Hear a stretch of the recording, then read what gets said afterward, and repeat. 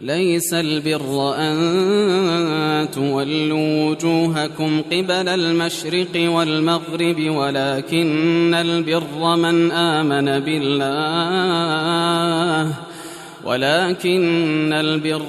آمن بالله واليوم الآخر والملائكة والكتاب والنبيين وآتى المال على حبه ذوي القربى واليتامى والمساكين وابن السبيل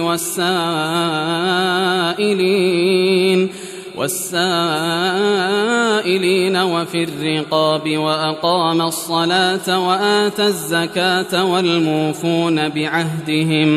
والموفون بعهدهم إذا عاهدوا والصابرين في البأساء والضراء وحين البأس أولئك الذين صدقوا وأولئك هم المتقون. يا أيها الذين آمنوا كتب عليكم القصاص في القتلى الحر بالحر والعبد بالعبد والأنثى بالأنثى فمن عفي له من أخيه شيء فاتباع بالمعروف وأداء إليه بإحسان ذلك تخفيف من ربكم ورحمة فمن اعتدى بعد ذلك فله عذاب أليم. ولكم في القصاص حياة يا أولي الألباب لعلكم تتقون. كتب عليكم إذا حضر أحدكم الموت إن ترك خيرا الوصية للوالدين والأقربين بالمعروف حقا على المتقين فمن بدله بعدما سمعه فإنما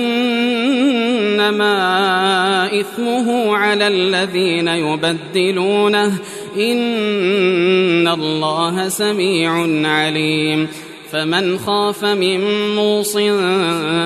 جنفا أو إثما فأصلح بينهم فلا إثم عليه إن الله غفور رحيم. يا أيها الذين آمنوا كتب عليكم الصيام كما كتب على الذين من قبلكم لعلكم تتقون أياما معدودات فمن كان منكم مريضا أو على سفر فعدة من أيام أخر وعلى الذين يطيقونه فدية طعام مسكين فمن تطوع خيرا فهو خير له وأن تصوموا خير لكم إن كنتم تعلمون. شهر رمضان الذي أنزل فيه القرآن هدى للناس وبينات من الهدى والفرقان فمن شهد منكم الشهر فليصمه ومن كان مريضا أو على سفر فعدة من أيام أخر يريد الله بكم اليسر ولا يريد بكم العسر ولتكملوا العدة ولتكبروا الله على ما هداكم ولعلكم تشكرون. وإذا سألك عبادي عني فإني قريب أجيب دعوة الداع إذا دعان فليستجيبوا لي وليؤمنوا بي لعلهم يرشدون.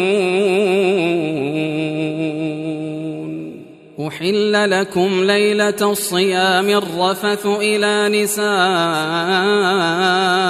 نسائكم هن لباس لكم وأنتم لباس لهن علم الله أنكم كنتم تختانون أنفسكم فتاب عليكم وعفى عنكم فالآن باشروهن وابتغوا ما كتب الله لكم وكلوا واشربوا حتى يتبين لكم الخيط الأبيض من الخيط الأسود من الفجر